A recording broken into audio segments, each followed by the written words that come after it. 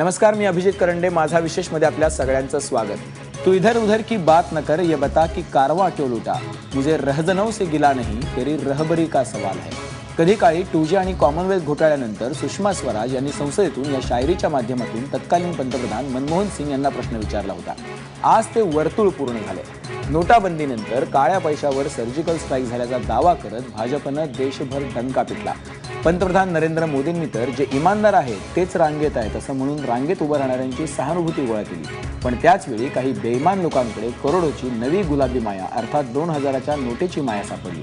कन्याकुमारी ते काश्मीर किती पैसे सापडले याचा काहीही हिशोब नाहीये. आज तर RBIचा अधिकारी 1.5 कोटीच्या नोटाबदलीत गजाआड झालाय. खासगी बँकांनी तर अक्षरशः नंगानाच केलाय असं म्हटलं तर वावगं ठरणार नाही. त्यामुळेच नोटाबंदीच्या निर्णयाचा अक्षरशः बोजवारा उडालाय की काय अशी शंका येऊ लागली. त्यामुळे आजचा प्रश्न आहे की खासगी बँकांनी नोटबंदी बुडवली का. आणि चर्चेसाठी आपल्या सोबत आहेत भाजपचे आमदार प्रवीण दरेकर, काँग्रेसचे प्रवक्ते सचिन सावंत, बँकिंग तज्ज्ञ विश्वास कुंटी, बँकिंग विषयाचे अभ्यासक ललिता जोशी आणि लोकसत्ताचे संपादक गिरीश कुबे. पण या चर्चेला सुरुवात करण्यापूर्वी आपण आज पी चिदंबरम यांनी काय आरोप केलाय तो पाहूयात आणि मग पुढे जाऊया. I cannot get a single 2000 rupee note. But how does 34 crore, 20 crore, 10 crore, everyday stories are printed? Maharashtra, Gujarat, Karnataka, Tamil Nadu, Andhra Pradesh, Orissa, Bengal, Delhi. How do they get the 2000 rupee notes? Is it going directly from the printing press to them? The printing press sends it to the currency chest. The currency chest sends it to the banks. And the banks are supposed to ration the money and give it to you and me. How does anyone get 34 crore worth of 2000 rupee notes? This is the biggest scam of the year and this must be investigated. तर सगळ्यात मोठा प्रश्न आहे की 2000च्या गुलाबी नोटा इतक्या मोठ्या प्रमाणात कुठून येतात. आपल्यासोबत भाजपचे प्रवक्ते प्रवीण दरेकर आहेत. प्रवीण दरेकरजी, नोटाबंदी बुडवली खासगी बँकांनी? नाही, आज जे चित्र समोर येत आहे ते खाजगी बँकांचे अधिकारी त्या ठिकाणी अशा प्रकारच्या गैरव्यवहारामध्ये सापडत असल्याचं चित्र आज मीडियाच्या माध्यमातून पुढे येत आहे. माझा गेले काही दिवस हाच मूलभूत प्रश्न आहे की जिल्हा सहकारी बँका आणि ज्या सहकारी बँका या सर्वसामान्यांशी ज्या निगडीत होत्या त्यांच्यावर केवळ संशयाच्या नावानं त्या ठिकाणी निर्बंध टाकण्यात आले. आम्ही अनेकदा सांगत होतो की महाराष्ट्रातल्या जिल्हा मध्यवर्ती बँकांकडे CBS प्रणाली त्या ठिकाणी आहे. महाराष्ट्रातल्या जिल्हा मध्यवर्ती बँका STR, CTR रिपोर्ट RBIला डेली पाठवतात आणि त्यामुळे नोटांच्या विषयी काही गैरव्यवहार झाला तर त्या ठिकाणी RBIकडे रोज रिपोर्टिंग असतं 50,000च्या वरच्या नोटांचं. आणि त्यामुळे अशा प्रकारच्या संशयाने एका बाजूला निर्बंध घातले जात असताना त्याही वेळेला मी म्हणत होतो की ज्या मोठ्या बँका आहेत, खाजगी बँका आहेत, त्यांच्याशी संबंधित त्या ठिकाणी मोठी लोक असतात, इंडस्ट्रियलिस्ट असतात, मोठे पैसेवाले असतात आणि त्यांच्यावर खऱ्या अर्थानं काळा पैसा हा सर्वसामान्यांपेक्षा त्या ठिकाणी मोठ्या लोकांकडेच असतो. आणि त्यामुळे तिथे निर्बंध घालणं, तिथे त्या ठिकाणची चेकिंगची यंत्रणा उभी करणं, तिथे इन्स्पेक्शन करणं आणि अशा प्रकारचं कंट्रोल मोठ्या प्रमाणावर तिथे आवश्यक त्या ठिकाणी होतं आणि आज तेच त्या ठिकाणी खरं होतं. पण प्रवीण दरेकरजी, मुद्दा असा आहे, तुम्ही हे मान्य करताय की खासगी बँकांनी सगळा घोळ घातलेला आहे. आता तुम्ही त्या पक्षाचे आमदारही आहात, तुम्ही एकीकडे मुंबई बँकेचे अध्यक्षही आहात, तुम्हाला जिल्हा बँकांचा आणि एकूण सहकारी बँकांबद्दलची तुमची तळमळ लक्षात येऊ शकते. पण मुद्दा असा आहे की मग तुमच्या पक्षाने जे धोरण, मोदींनी जो नोटाबंदीचा निर्णय जाहीर केला तो निर्णयाचा काही फायदाच झालेला दिसत नाहीये. कारण 4.5 लाख कोटीच्या नव्या नोटा बाजारात आल्या, त्या लोकांपर्यंत पोहोचायला हव्या होत्या. पण काळ्याचं पांढरं करण्याच्या नादात त्या सगळा जो काळा पैसा आहे तो लोकांनी पांढरा करून घेतला. काळा पैसा गेला कुठं? नाही अभिजित, या ठिकाणी जरी त्या ठिकाणी कोणी असो, बँका जरी असल्या, खाजगी बँका काय, जिल्हा मध्यवर्ती बँका काय, चूक ते चूक आहे. त्या ठिकाणी मोदी साहेबांनी निर्णय घेत असताना या ठिकाणी अशा प्रकारची कृती बँकांमधनं, खाजगी बँकांमधनं होईल अशा प्रकारचं काय अपेक्षित नव्हतं ना.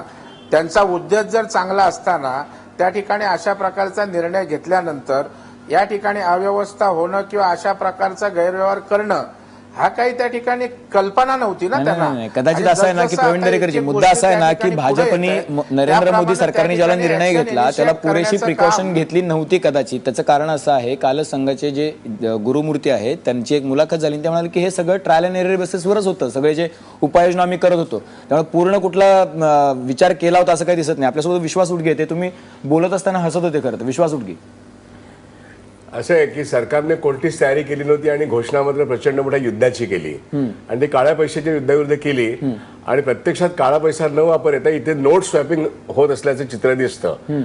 बँक कर्मचाऱ्यांनी 10 तारखेपासून आतापर्यंत सकाळी 8 पासून रात्रीपर्यंत काम केलं, ते कामाचं दाम पण मिळालेलं नाहीये आणि उद्या तर आम्ही रिझर्व्ह बँक ऑफ इंडियावर निदर्शन करणार आहोत. पण मुख्य मुद्दा हा आहे की आम्ही 24,000 रुपयाच्या नोटा देऊ शकत नाहीत कारण आमच्याकडे reserve bank of India cash देत नाहीये. असं एका बाजूने चित्र असताना लोकांच्या शिव्या खाऊन आम्ही सेवा करतोय आणि दुसऱ्या बाजूने दिल्ली, चेन्नई आणि सर्व ठिकाणी 150 कोटी 110 कोटी वगैरे ज्या प्रचंड मोठे आकडे दिसत आहेत, हे पैसे नव्या नोटाचे आहेत. माझं स्पष्ट म्हणणं आहे 9 तारखेपासून ते मधल्या कालखंडामध्ये रिझर्व्ह बँक ऑफ इंडियाची करन्सी चेस्ट आणि 4,000 ठिकाणी जी काही भारतामध्ये करन्सी चेस्ट आहे, या ठिकाणचे व्यवहार नीटपणे तपासले पाहिजेत आणि जे सिस्टम मधून आलेली कॅश बँकच्या कॅशरकडे येते तिथे फ्रॉड होणं अशक्य गोष्ट आहे. कारण तिथले प्रत्येक नोट ही मोजून घेतलेली असते आणि कॉम्प्युटरमध्ये मोजून दिलेली असते ग्राहकांना. मात्र सिस्टमच्या बाहेर ऑफिस अवर्स नंतर मोठ्या अधिकाऱ्यांनी, मोठे उद्योगपती, मोठे नोकरशहा आणि मोठे राजकारणी यांच्याशी हातमिळवणी करून जर रिझर्व्ह बँक ऑफ इंडियाचे मोठे अधिकारी आणि ऍक्सिस बँकेसारखे मोठ्या खासगी बँकांचे अधिकारी जर हे गैरव्यवहार करत असतील तर असे 500 नव्हे 1,000 जरी असे मोठ्या त्यांनी रेट्स टाकल्या तरी त्याचं आम्ही स्वागत करू. याचं कारण कुठेतरी आम्हाला हे स्पष्टपणे माहिती आहे की मोठी चोर बाजारी या ठिकाणी होते आणि जे 500 आणि 1000 मध्ये आपल्या नोटा जमवत होत्या ते आता साठेबाजी आता 2000च्या नोटांमध्ये करतायत. त्यामुळे तिथे सर्जिकल स्ट्राईक होऊ दे, परंतु आम्हाला बदनाम करू नका. नाही, मुद्दा असा आहे ललिता जोशी, मी तुमच्याकडे मुद्दा असा आहे की 2,000 रुपयाच्या नोटा ज्या आहेत त्या नोटा बदलून घेत आहेत लोक, म्हणजे ज्या जुना 1,500च्या नोटा होते तो काळा पैसा कमिशन करून बदलून घेत आहेत. ऍक्च्युअली जो काळा पैसा होता तो पांढरा होतोय. मग जो दावा केला होता काळा पैसा बाहेर येण्याचा तो तर दावा फोल ठरतो इथे पहिली गोष्ट. आणि आता हे बँक अधिकारी जे आहेत किंवा बँका ज्या आहेत ज्यांनी हा सगळा काळा पैशाचा घोळ सुरू केलाय त्यांना रोखायचं कसं आणि त्यांची तपासणी होणार कशी? नाही, ते तपासणी तुम्हाला करायलाच पाहिजे. You have to take it to CBI and you have to get it done. पण पब्लिक सेक्टर बँक्समध्ये we have given clear cut instructions आहे की there is vigilance, there is statement going on, routine daily statements are being submitted and there is no chance of any problems as far as public sector banks are concern. पण I agree with you की definitely तपास व्हायला पाहिजे and as trade union and bank employees we do not support if there is any problem. पण ललिता जोशी, हे शक्य आहे का की आता कसं शोधून काढणार आपण? 4.5 लाख कोटीच्या नोटा नव्या नोटाच्या 2,000 किंवा 500च्या किंवा 100च्या डिनॉमिनेशन मध्ये आलेल्या आहेत. आता त्यातले काही पैसे बदललेले आहेत. आता किती लाख कोटीच्या नोटा बदलल्या, कुणी बदलल्या माहिती नाहीये. ज्या रेडमध्ये सापडल्या त्या सकृत दर्शनी दिसत आहेत, पण ज्या सापडल्या नाहीये, ज्या बदलून गेले, लोक ज्यांनी बदलून घेतल्या, जे जिकडच्या तिकडे झाले, त्यांना कसं शोधणार आहोत आपण? जे एक्सचेंज सिस्टम जे आहे with form with ID proof वगैरे सगळं ते तसंच झालंय. नाही ना, पण काही वेळेला आता हे जे पैसे बदललेले आहेत, हे जे मोठे मोठे पैसे सापडत आहेत बाहेर, हे काय फॉर्म भरून बदललेले गेलेले पैसे नाही. तेच ना, जसं उर्तगीने सांगितलं, कॉम्रेड उर्तगीने सांगितलं की आउट ऑफ द सिस्टम जे गेलं आहे that is what you have to find out. Within the banking system हे असं नाही झालंय. ठीक आहे, उडगी सर, तुम्हाला वाटतं की हे शोधणं शक्य आहे, अशा लोकांवर कारवाई होणं शक्य आहे? मी तुम्हाला सांगतो, कालपर्यंतचा आकडा आहे 150 कोटी रुपये हे out of the system exchange झालेले आहेत आणि त्या ठिकाणी जी कारवाई होते तिथे माणसं डिस्पेंड झाली आणि जेलमध्ये गेले तरी स्वागत करायला पाहिजे त्याचं. आणि आणखीन याच्या 1000 ठिकाणी धाडी पडल्या आणि पुढची एक वर्षभर पडल्या तरी त्याचं स्वागत करायला पाहिजे, कारण ते चोरच आहेत. मुद्दा असा की या ठिकाणी रिझर्व्ह बँक ऑफ इंडियाची कॅश, करन्सी एस मधली कॅश ही बँकांच्या करन्सी एस मध्ये येत असताना मध्ये जे व्यवहार होतात याचं प्रोबिंग व्हायला पाहिजे आणि याचं प्रोबिंग होत असताना सामान्य बँक कर्मचारी हात येत नाही, हे मला या ठिकाणी सांगायचंय. आणि काळाचा पांढरा होण्याचा व्यवहार सामान्य बँक कर्मचारी नसेल, पण जे कोणी असेल, XYZ जो कोणी असेल, ते शोधणं शक्य आहे का? हो, शक्य आहे. का नाही शक्य? कारण आता इंटेलिजन्सचे युनिट्स, इन्कम टॅक्सचे युनिट्स आणि रेव्हेन्यूचे सगळे जे अधिकारी आहेत यांच्या संपूर्णपणे टीम फॉर्म झालेल्या आहेत आणि they are on the job. आणि म्हणूनच तुम्हाला 500 ठिकाणी आता धाडी पडलेली दिसत आहेत. याचं स्वागत करायलाच पाहिजे, कारण काळा पैसा हा खडून काढणं आणि काळाचं पांढरं करणाऱ्याला सुद्धा आतमध्ये पाठवणं हे सर्वसामान्य माणसाचं नाही, सर्वांचंच उद्दिष्ट आहे. ठीक आहे. सगळ्या आपल्यासोबत बँकेमध्ये इन्व्हेस्टिगेशन चालू आहे. नाही, इन्व्हेस्टिगेशन चालू आहे हे ठीक आहे, म्हणजे ते उत्तर म्हणून सरकारी उत्तर म्हणून ठीक आहे की इन्व्हेस्टिगेशन चालू आहे वगैरे. पण गिरीश कुबेर सर, मी तुमच्याकडे येतो. मुद्दा असा आहे की 12,44,000 कोटींच्या नोटा ज्या आहेत आता त्या नोटा जमा झाल्या, त्याच्या अगेन्स्ट 4.5 लाख कोटीच्या नोटा आल्या. म्हणजे आता फक्त 2 लाख कोटीच्या नोटांचा फरक राहिलेला आहे की ज्या नोटा बँकेत जमा होणं अपेक्षित आहे. म्हणजे 14 लाख कोटी तुमचे 86च्या 86% चलन जमा झालं. आता मुद्दा असा आहे की नवीन नोटा 4.5 लाख कोटीच्या आल्या, त्याच्या अगेन्स्ट काही नोटा बदलल्या गेल्या. तर तो 1-1.5 लाख कोटीच्या नोटा जर बदलल्या गेल्या असतील तर तो काळा पैसा आता कुठून मिळणार आहे सरकारला? नाही, हे म्हणूनच 8 नोव्हेंबरला तुम्हाला आठवत असेल एबीपी माझावरती जेव्हा निर्णय जाहीर झाला त्यावेळेला सुद्धा आपण हीच भूमिका घेतली होती की हा अत्यंत भोंगळ, अतिशय चुकीचा, कुठलीही योजना नसलेला निर्णय आहे. याच्यातनं सरकारच्या हाती काहीही लागणार नाही, प्रचंड प्रमाणात गोंधळ तयार होईल. तसाच होताना दिसतो. आता हे जे दोघे काही म्हणतात हे सगळं शक्य आहे की प्रत्येक बँक कर्मचाऱ्याच्या मागे एक हेर किंवा लावणं किंवा आणखी काही चौकशी करणं असं शक्य आहे काय? आता तरी सुद्धा आपण हे साध्याच खात्यांविषयी बोलतोय. 41 कोटी हे सरकार सांगतं की जनधन खात्यातली एकंदर काय म्हणतात त्याला संख्या आहे खातेधारकांची, त्याच्या 1% जरी यानं चौकशी करायची म्हटली तरी जवळपास कित्येक लाख खाती यानं तपासावी लागणार. हे अशक्य कोटीतली गोष्ट आहे. हा सगळा आत्ताचा आम्ही केलेलं किती बरोबर होतं आणि त्याच्यातनं किती प्रचंड प्रमाणावर काळा पैसा येतोय हा दाखवण्याचा खेळ आहे. हा जो काय हातामध्ये दिसतोय किंवा एका धाडी वगैरे घातल्या जातात ते हिमनगाचं टोक आहे. त्याच्या खालती किती आहे हे सरकारला थांग पत्ता लागू शकत नाही. लागला तरी काहीही करता येईल अशी परिस्थिती आज नाही. त्यामुळे आता याच्यातनं बाहेर कसं पडायचं याचा मोठा प्रश्न सरकारसमोर आहे आणि त्याच्यामुळे हा सगळा आटापिटा सुरू झालेला आहे की आम्ही याला पकडलं त्याला पकडलं. जर सामान्य तुमच्यासारख्या माझ्यासारख्या माणसाला बँकेतनं 2,000 रुपये काढणं दिवसाला जमत नसेल तर ही मंडळी कोटी कोटी रुपये काढतात. याचा अर्थ व्यवस्था किती पोखरलेली आहे आणि अशी पोखरलेली व्यवस्था पूर्णपणे तुम्ही जोपर्यंत बंद करत नाही, जोपर्यंत गोळीबंद रचना करत नाही, तोपर्यंत अशी कारवाई करणं किती चुकीचं होतं हेच याच्यातून दिसून आलेलं आहे. मग आता उडगी सर, अशा सगळ्या व्यवस्थेमध्ये नोटाबंदीचा काय फायदा झाला असं म्हणायचं आपण? नोटाबंदी, मगाशी मी एक शब्दप्रयोग केला, तो नोट स्वॅपिंगचा प्रश्न झालेला आहे. खरं तर काळ्या पैशाचं महायुद्ध करन्सीमध्ये 6%च नोट आहेत ना. ब्लॅक काळा पैसा आहे. काळा पैसा हा खरा या व्यवस्थेमध्ये आहे आणि तो जमीन आणि सोन्यामध्ये आणि अन्य अशा अनेक घटकांमध्ये आहे. त्या ठिकाणी सर्जिकल स्ट्राईक केलं पाहिजे असं आम्ही पहिल्या दिवसून सांगतो. त्यामुळे नोटाबंदीतून काळ्या पैशाचं महायुद्ध हा एक बंपअपकण आहे. नोटा 500च्या आणि 1000च्या ह्या 86% होत्या, त्या तुम्ही स्वॅप करून देतात एवढाच अर्थ आहे. आणि ते करताना सुद्धा रिझर्व्ह बँक ऑफ इंडिया दमछाक होते. म्हणून तरी रिझर्व्ह बँक गव्हर्नरचा मी राजीनामा मागितला आणि आता तर त्यांनी जनतेपुढे येऊन तोंड उघडून सांगावं की कुठे आहे कॅश. सामान्य माणसाला 24,000 रुपये तुम्ही काढू देत नाही आहात आणि कॅश तुमच्याकडे अजून तुम्ही छापायला गेली आहे असं तुम्ही सांगता, तर डूब मरो अशी परिस्थिती आहे रिझर्व्ह बँक ऑफ इंडियाची. ठीक आहे. आपलं प्रवीण दरेकरजी, मुद्दा असा आहे की आता लोक म्हणतात की हा काही काळ्या पैशावरचा सर्जिकल स्ट्राईक वगैरे नव्हता, तसा काही झालेला नाहीये, हा फक्त नोटा बदलीचा खेळ आहे आणि त्याच्यात पण घोटाळा व्हायला लागलाय, ते सुद्धा झेपत नाहीये सरकारला. नाही, आता काळा पैसा ज्या नोटा आज या ठिकाणी चलनात आलेल्या आहेत त्या रेकॉर्डवर नव्हत्या, त्या माध्यमातूनच टॅक्स न भरणारा हा पैसा होता. त्याच्यामुळे हा जो काही लाख कोटी रुपये आज जमा झालेले आहेत त्या चलनात येऊन ते शासनासाठी वेगवेगळ्या उपाययोजना आणि विकास कामासाठी उपयोग येणार आहेत. आणि त्यामुळे जे पैसेच ऑन रेकॉर्ड नव्हते ते पैसे आज रेकॉर्डवर आलेले आहेत ना. म्हणून प्रवीण दरेकरजी, सरकारने असं का नाही सांगितलं की आम्ही फक्त अनअकाउंटेड पैसा अकाउंटवर आणण्यासाठी हा प्रयत्न करतोय असं सांगायचं होतं ना. मग तुम्हाला सांगायचं होतं तुम्ही काळा पैसा बाहेर आणतो वगैरे हे काय सांगत होतात मग? नाही, आता तुमचं म्हणण्याशी मी सहमत आहे, परंतु येणाऱ्या काळामध्ये अजून काळा पैसा राहिलेला जो असेल त्याच्यावर कदाचित काही उपाययोजना किंवा आणखी एखादा वेगळा स्ट्राईक या ठिकाणी होऊ शकतो. त्यामुळे आताच या ठिकाणी काहीच झालं नाही अशा प्रकारचं वक्तव्य करणं बरोबर नाही, कारण अजून काही पैसे त्या ठिकाणी मार्केटमध्ये आहेत जे अजून ऑन रेकॉर्डवर आलेले नाहीत. मुद्दा असा आहे, एक गोष्टीशी सहमत आहे की त्या ठिकाणी 2,000 रुपये आज त्या ठिकाणी 2,000 रुपये मिळत नसताना आज जर कोट्यावधीची कॅश जर काही खाजगी किंवा मोठ्या बँकांमधनं निघत असेल तर त्या ठिकाणी सर्वसामान्य माणूस नक्कीपणे त्या ठिकाणी भरडला जातोय. याच्याविषयी काही दुमत ठीक आहे. तुम्ही म्हणालात की अजून काही काळा पैसा आहे ज्याच्यावर वेगळा सर्जिकल स्ट्राईक करता येईल असं तुम्ही म्हणताय. पण मुद्दा असा आहे की प्रवीण दरेकरजी, आता फार काळा पैसा तुम्ही ज्याला म्हणताय अनअकाउंटेड मनी आहे, खरं तर तो काळा आहे का ह्याच्याबद्दल तुम्हाला तपासावं लागेल. कारण असं आहे की थोडा 12 अजून आहे ना. 44 कोटी 12,44,000 कोटी रुपये आतापर्यंत बँकांमध्ये जमा झालेले आहेत.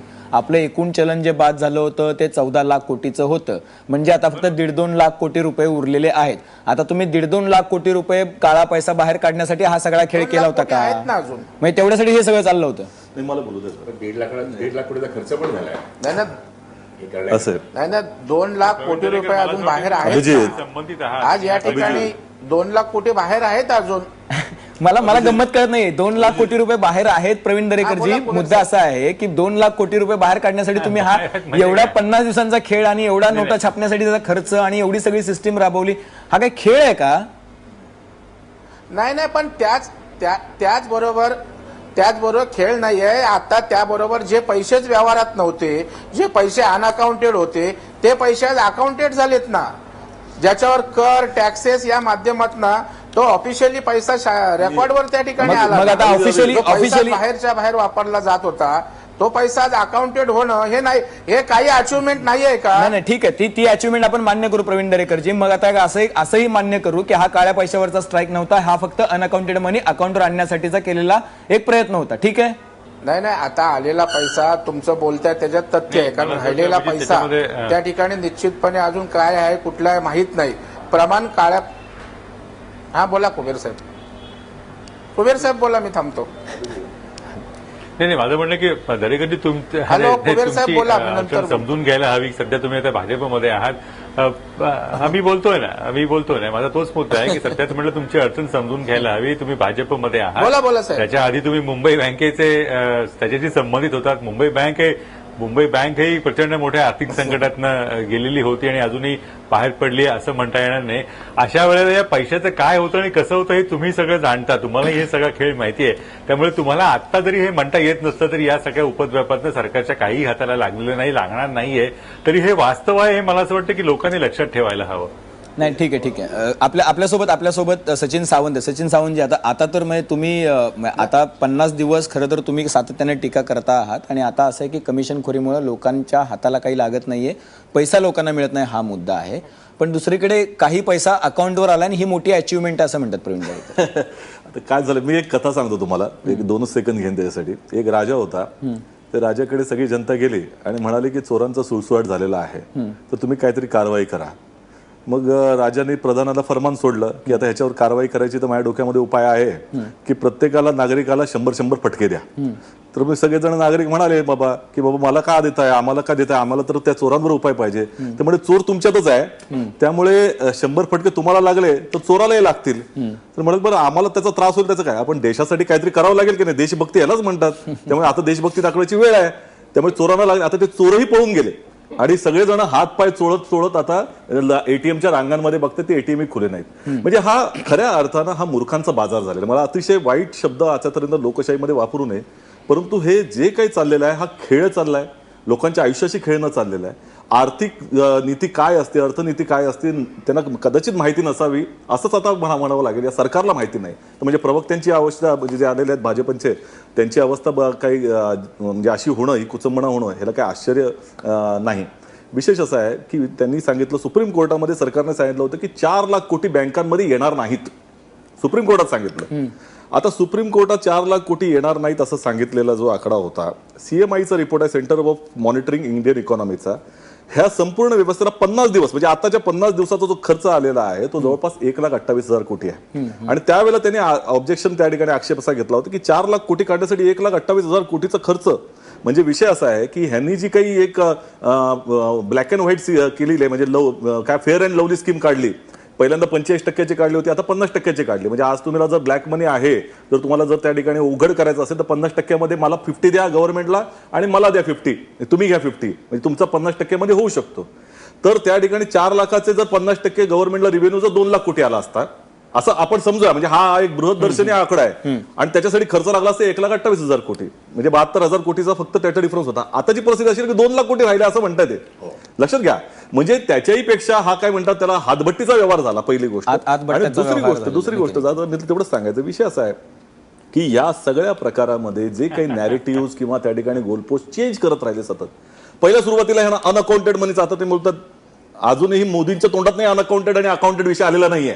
अरुण जेटली म्हणाले नाही. आता दरेकर साहेब आता नव्याने शब्द काढतात. ब्लॅक मनी पहिला आला होता, ब्लॅक मनी आता रेव्हेन्यू सेक्रेटरीने सांगितलं की सगळा पैसा येणार आहे, म्हणजे आता 2 लाख कोटी हे म्हणतात सगळा पैसा बँकिंग व्यवस्थेत येणार आहे असं सांगितलेलं आहे. दुसरा अतिरेक्यांच्या स्वतःच्या म्हणजे जे मेलेले अतिरेक आहेत त्यांच्यावरती 2-2 हजाराच्या नोटा सापडल्या, नवीन नोटा सापडल्या. अनअकाउंटेड मनीच्या म्हणजे ते काउंटरफिट करन्सीच्या संदर्भात राज्यसभेमध्ये अरुण जेटली स्वतःच म्हणाले होते की 0.028% आहे, म्हणजे याचा अर्थ 1 लाख रुपयामधली फक्त 28 रुपये ही काउंटरफिट करन्सी आहे. त्यामुळे हे तिन्ही विषय बॅकफायर झाल्यानंतर आता कॅशलेस इकॉनॉमी, म्हणजे कॅशलेस इकॉनॉमी हा जर विषय जर आता हे लोक आता म्हणत असतील आणि अरुण जेटली म्हणत असतील तर यांना देश माहित नाहीये. याचं कारण असं की या देशामध्ये आताच त्यांनी तो अहवाल यांचा आलाय, म्हणजे लोकसभेमध्ये यांनी उत्तर दिलंय की तुम्ही किती ग्रामपंचायतींना कनेक्ट केला. मुद्दा असा आहे 12,500 ग्रामपंचायती. मुद्दा असा आहे की आता प्रॉब्लेम काय आहे की आता असा प्रॉब्लेम आहे की लोकांना पैसे मिळत नाहीत आणि अधिकाऱ्यांनी पैसे खाल्लेले आहेत. मुद्दा असा आहे की पैसे समजा जर या सगळ्या सिस्टीम मध्ये हे जे काही खासगी बँका आहेत त्या खासगी बँकांच्या अधिकाऱ्यांनी जर कमिशनखोरी केली नसती, बँकांनी कमिशनखोरी केली नसती किंवा त्यांच्यावर जर वेसण असती तर बऱ्यापैकी काळा पैसा लोकांना एकतर फेकून द्यावा लागला असता किंवा लोकांना एकतर तो बँकेत येऊन आणून जमा करावा लागला असता, म्हणजे काहीतरी झालं असतं. पण हा प्रॉब्लेम सगळ्या त्याच्यामुळे झालाय. एकच मिनिट सांगेल ह्याच्यावर सांगतो माझं बोलण्यामध्ये संपवायला. विषय असा आहे की तुम्ही 2 गोष्टी रिझर्व्ह बँकेच्या अधिकाऱ्यालाही पकडला गेलेला आहे ना. हो नाही, विषय असा आहे की तुम्ही फक्त आता अधिकार या बँकेचा अधिकारी पकडले गेले आहेच ना याच्यामध्ये. एकच गोष्ट सांगतो कुबेर साहेब, बँकांच्या अधिकाऱ्यांवरतीच तुम्ही हा त्या ठिकाणी लोड टाकत आहात की हे सगळे जे काही व्यवहार चाललेले आहेत संपूर्ण देशभरामध्ये, ज्या 2000च्या नोटा मिळतात, नवीन नोटा मिळत आहेत, हे फक्त बँकांमार्फतच गेलेले आहेत का त्याच्याही पलीकडे काही नेटवर्क होतं? एक्झॅक्टली. त्यामुळे ह्याचा एवढा प्रचंड मोठा स्कॅम जर मला वाटत नाही की या देशामध्ये झाला असेल. हे जे दाखवलं जाते की फक्त बँकांच्या अधिकाऱ्यांच्या मार्फत झालेलं आहे, मला असं वाटतं की 8 नोव्हेंबर नंतर त्याच्या दुसऱ्या दिवसापासूनच जर ते लोकांच्या हातात किंवा त्याच्या आधी म्हणजे 6 तारखेचं भारतीय जनता पक्षाच्या एका पदाधिकाऱ्याच्या हातामध्ये बंडल दिसले होते, त्याचे ट्विट त्यांनी स्वतः फोटो टाकलेले आहेत. त्यामुळे हे जर झालं असेल तर ह्याच्यापेक्षा मोठा स्कॅम असू शकतो. मुद्दा असा आहे की हे सगळे विषय महत्वाचे आहेत, पण या सगळ्या बँकांवरती या दोषी अधिकाऱ्यांवरती कारवाई करणं शक्य आहे का याच्यावर चर्चा करणार आहोत. एक छोटासा ब्रेक घेऊया, कुठेही जाऊ नका, पाहत राहा एबीपी माझा.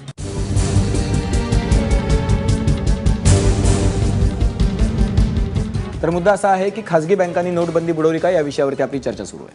विश्वास उडगी सर, हे शक्य आहे का की बँकिंगच्या बाहेर पण अशा काहीतरी एक मोठं रॅकेट असू शकतं आणि तिकडून ह्या नोटा बायपास होऊ शकतात? 8 तारखेला पंतप्रधानांनी अनाऊन्स केलं तेव्हा 2000ची नोट 7 तारखेला रिझर्व्ह बँक ऑफ इंडियामध्ये छापून तयार होती. त्यामुळे 7 तारखेचे व्यवहार हे रिझर्व्ह बँक ऑफ इंडियाला माहिती आहेत. 9 तारखेला बँकिंग व्यवस्था बंद होती. रिझर्व्ह बँक ऑफ इंडियातून बँकांच्या करन्सीजमध्ये व्यवहार हा त्या दिवशी बँकिंग व्यवस्था बंद ठेवून आतून व्यवहार चालू होता.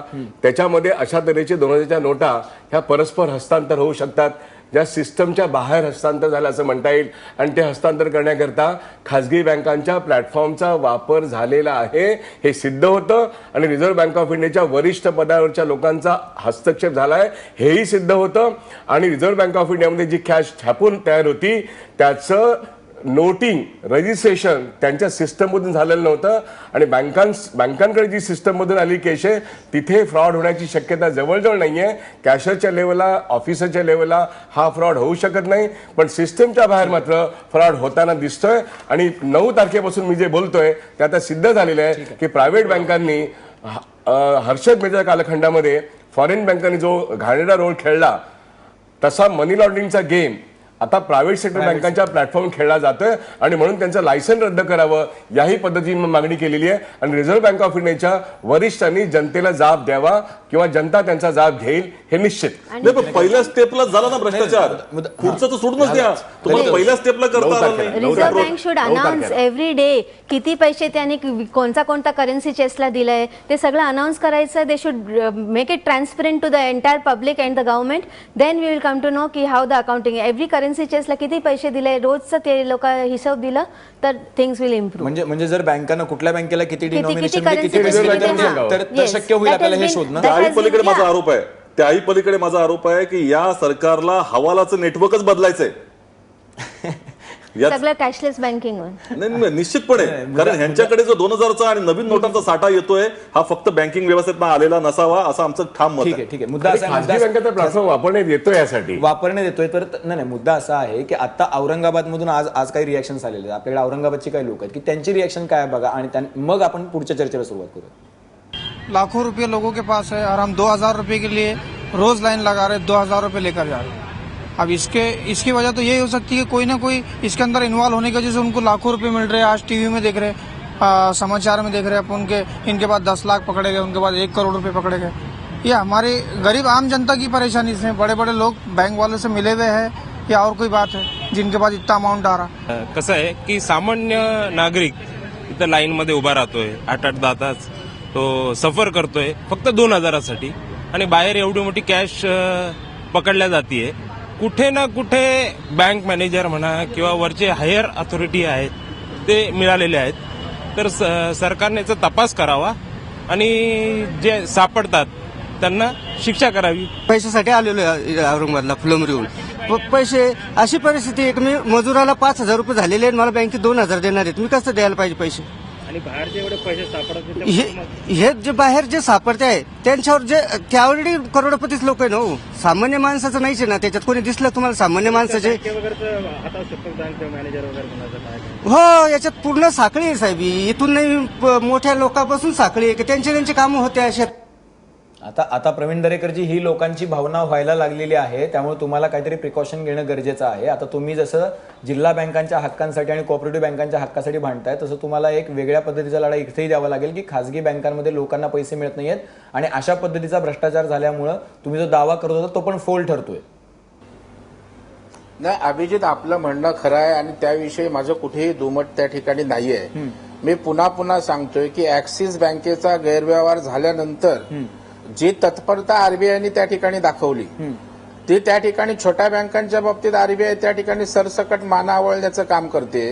आरबीआयने अजून इन्व्हेस्टिगेशन पूर्ण व्हायच्या अगोदरच ऍक्सिस बँकेवर कारवाईची आवश्यकता नाही, त्यांचं लायसन रद्द करण्याची आवश्यकता नाही, एवढी घाई त्या ठिकाणी खासगी बँकांच्या बाबतीत आरबीआयला त्या ठिकाणी होते. याचा अर्थ आरबीआय खरोखर खासगी बँकांना फेवर करते की काय?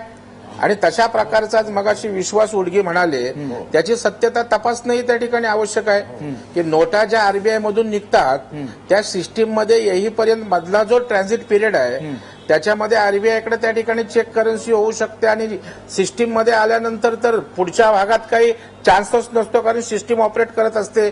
मग आरबीआय टू खासगी बँकांमध्ये त्या ठिकाणी जाण्याचा व्यवहार सुद्धा काही मोठ्या प्रमाणावर झालाय काय, यामध्ये त्या ठिकाणी संशयाची जागा उरते.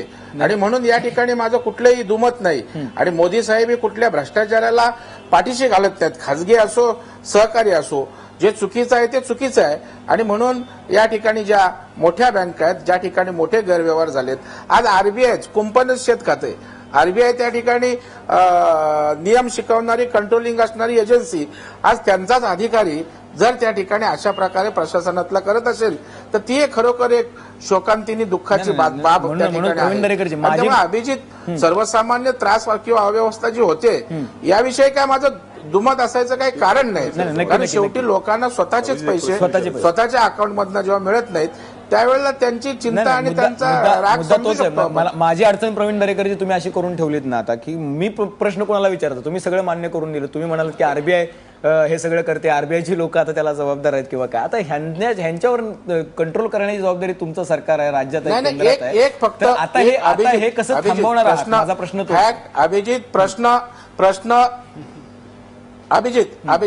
अभिजित प्रश्न हा सरकार कुणाचा आहे, निर्णय कुणी घेतलाय, विरोधाच्यासाठी विरोध, यापेक्षा वस्तुस्थिती दर्शक चर्चा त्या ठिकाणी आपण करतोय.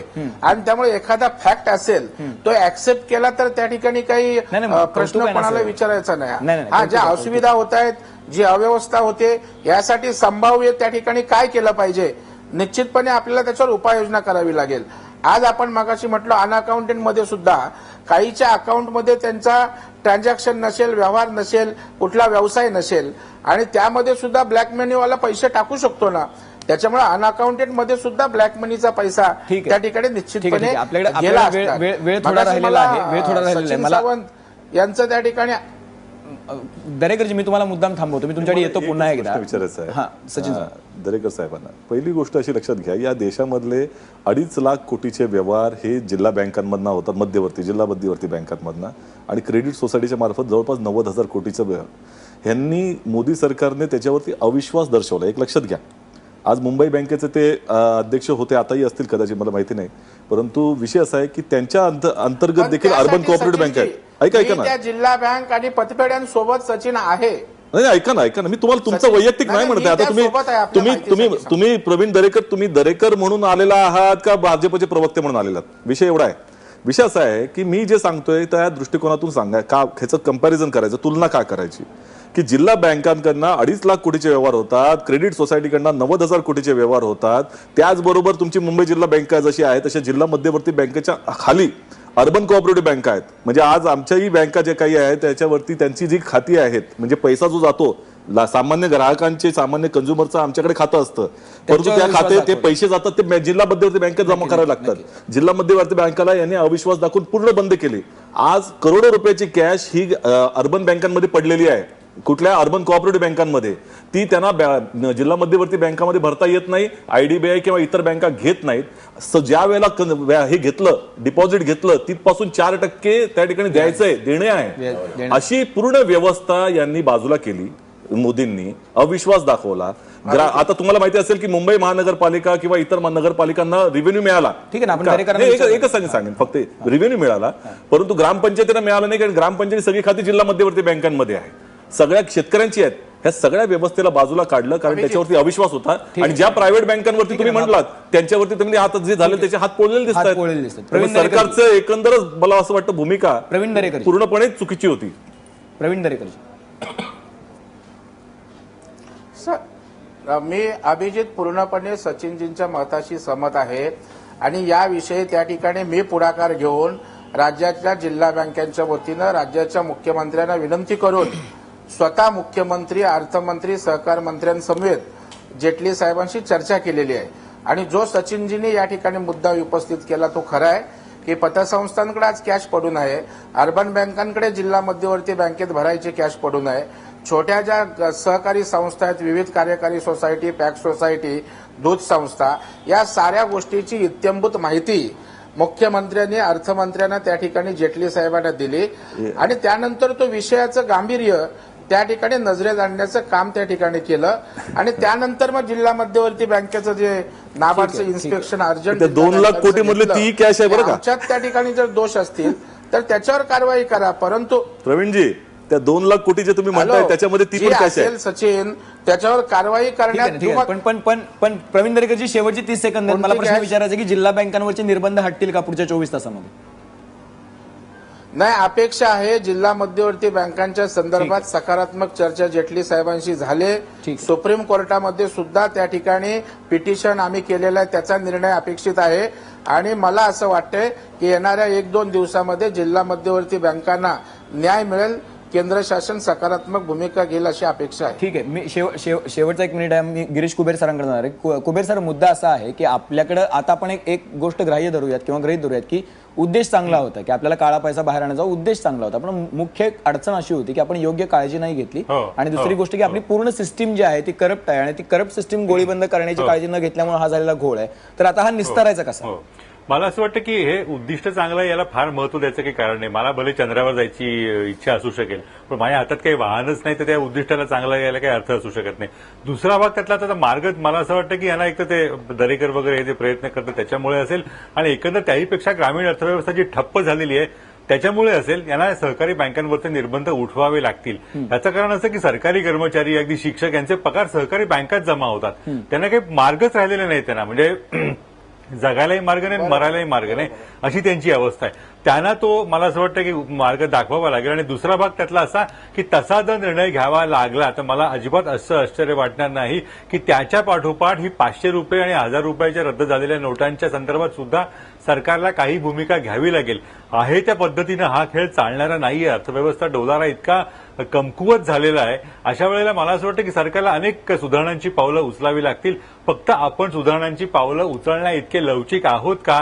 स्वतःचा गंड बाजूला ठेवण्या इतके आपण लोकांच्या संवेदनांना प्रामाणिक आहोत का? हा विचार मला असं वाटतं की राजकीय व्यवस्थेला करावा लागेल. त्या दोन प्रश्नांची उत्तरं नक्कीच. नकारार्थी असल्यामुळे जे काय होईल त्याविषयी मला असं वाटतं की साशंकता व्यक्त करणं हे आणि सभ्य आणि आणि हा जो शहाणपणाचं ठरेल. हा जो खेळ चालू आहे, नोटा बदलाचा जो खेळ चालू आहे, आता त्या बँका आणि ते बँक अधिकारी त्यांचं काय केल्यानंतर हे सगळं सुरळीत होईल? आता हा बदललेला पैसा तर काय तो इकॉनॉमीमध्ये आलेला आहे ऑलरेडी आणि तो काळ्याचा पांढरा झालेला आहे. नाही, तसं होऊच शकत नाही ना काही. तुम्ही जरी त्यांच्यावरती खटले भरलेत किंवा काय, एक तर ते दिवाणी खटलेत पहिली गोष्ट म्हणजे, आणि मुळात हा जो मार्गच तुम्ही बंद केलेला नाहीये. हर्षद मेहता प्रकरणाचा मगाशी उडगीजींनी उल्लेख केला, त्याच्यात कुणाचाच दोष नव्हता. याचं कारण असं की त्यांनी त्या आहे त्या व्यवस्थेमधल्या पळवाटांचा आधार घेतलेला होता. तर जर पळवाटा व्यवस्थेमध्ये असतील तर मी तिचा उपयोग केला म्हणून मी बेकायदेशीर ठरू शकत नाही ना. म्हणून कुठलाही शहाणा माणूसा पहिले पळवाटा बंद करतो आणि मग काही कारवाईची व्यवस्था करतो. पळवाटा जर तुम्ही ठेवल्यात तर लोक त्याचा वापर करणार, त्याच्यामध्ये चूक काय त्याच्यामध्ये? त्यामुळे मला असं वाटतं की जे काही घडलेलं आहे ते आताच्या परंपरेनुसार व्यवस्थेनुसारच घडलेलं आहे, त्याचं तुम्हाला काहीच करता येणार नाहीये. विश्वास उडगे सर, मुख्य जो प्रश्न होता आपला, खासगी बँकांनी नोटबंदी बुडवली का? तर त्या खासगी बँकांनी जर नोटबंदीचा असा जर बोजवारा उडवलेला असेल तर त्याचं काही करणं शक्य आहे का आपल्याला? मुळामध्ये खासगी बँकांची निर्मिती ही सरकार एका वेगळ्या पद्धतीने आपल्या सोयीसाठी करत असते. त्यांचे काही खास आवडते कॉर्पोरेट्स आहेत, काही खास मार्केट प्लेयर्स आहेत, त्यांना लायसन्सेस देऊन त्याचा वापर करते. आणि अशा वेळेस मनी लॉन्ड्रिंगसाठी HSBC आणि चार्टर्ड बँक जगभर प्रसिद्ध आहे आणि त्या आता भारतातून गाशा गुंडाळल्या आहेत. भारतात सुद्धा ICICI bank, HDFC bank, Kotak bank आणि येस बँक आणि ॲक्सिस बँक याचा सगळ्याचा वापर अनेक आपले कॉर्पोरेट्स आपले काळे धंदे वापरण्याकरता करतात. आणि त्यामुळे मी म्हटलं तसं हर्षद मेहता कालखंडामध्ये मला असं वाटतं की अभिजित हे जे प्रतिपादन आहे ना, नाही हे थोडंसं उडगीजी, मला असं वाटतं की हर्षद मेहता किंवा हे सगळी प्रकरणं झाली तेव्हा खासगी बँका नव्हत्या, तेव्हा सरकारी बँका चांगल्या आणि खासगी बँका वाईट अशा पद्धतीने माझा मुद्दा तो नाही. माझा मुद्दा आहे की तेव्हा फॉरेन बँकांचा प्लॅटफॉर्म हा या इथल्या कॉर्पोरेट्सनी वापरला त्यांच्या स्कॅमसाठी. आणि त्याच वेळेस इथे सुद्धा खासगी बँका पहिल्या दिवसापासून ICICI बँक ही वेगळ्याच पद्धती म्हणून तर त्याला स्पेशल स्टेटस मिळालेलं आहे. त्यामुळे गव्हर्नमेंट या बँकांचा वापर करतं जरी त्या खासगी असल्या तरी, हा माझा मुद्दा आहे. आणि अशा वेळेस ते सिद्ध होतं की they have been favoured by giving more notes by RBI compared to the State Bank of India and other nationalise bank. उदाहरणार्थ तमिळनाडूमध्ये 7,000 कोटी रुपये ह्या 4 खासगी बँकांना देण्यात आल्या आणि 6,100 कोटी रुपये सर्व राष्ट्रीयकृत बँकांना देण्यात आल्या. एकाच राज्याची गोष्ट आहे. आणि त्याचा गैरवापर कसा झाला ॲक्सिस बँकेकडून त्याचं मी तुम्हाला उदाहरण दिलं. आणि रिझर्व्ह बँक ऑफ इंडियाच्या माणसाला बेंगलोरला पकडण्यात आलं, त्यामुळे त्यांचा नेक्सस हा सिद्ध इथं होतो. म्हणून मी त्यांच्यावरती आरोप केला की त्यांचा लायसन का रद्द करू नये. तर असं आहे की अशा ज्या बँका आहेत ज्या गैरव्यवहार करतायत, असे जे अधिकारी आहेत जे आपल्या पदाचा गैरवापर करून हा काळ्या पैशांचा जो खेळ आहे तो चालू ठेवतायत, त्यांच्यावर कारवाई झाली पाहिजे, ना की त्यांना तातडीनं त्यांच्यासाठी पुढे येऊन क्लीन चिट दिली पाहिजे. अगदी प्रवीण दरेकरांनी सुद्धा ती अपेक्षा व्यक्त केली की तुम्ही अशा बँकांना कसं काय म्हणजे क्लीन चिट देऊ शकता. तर मुद्दा असा आहे की पुढच्या काही दिवसांमध्ये लोकांचं जगणं सुकर होण्यासाठी अशा बँकांवरती, अशा अधिकाऱ्यांवरती कारवाई होईल अशी अपेक्षा करूयात. आपल्या सगळ्या मान्यवरांनी चर्चेसाठी वेळ दिला त्याबद्दल धन्यवाद. तुम्ही पाहत राहा ABP माझा.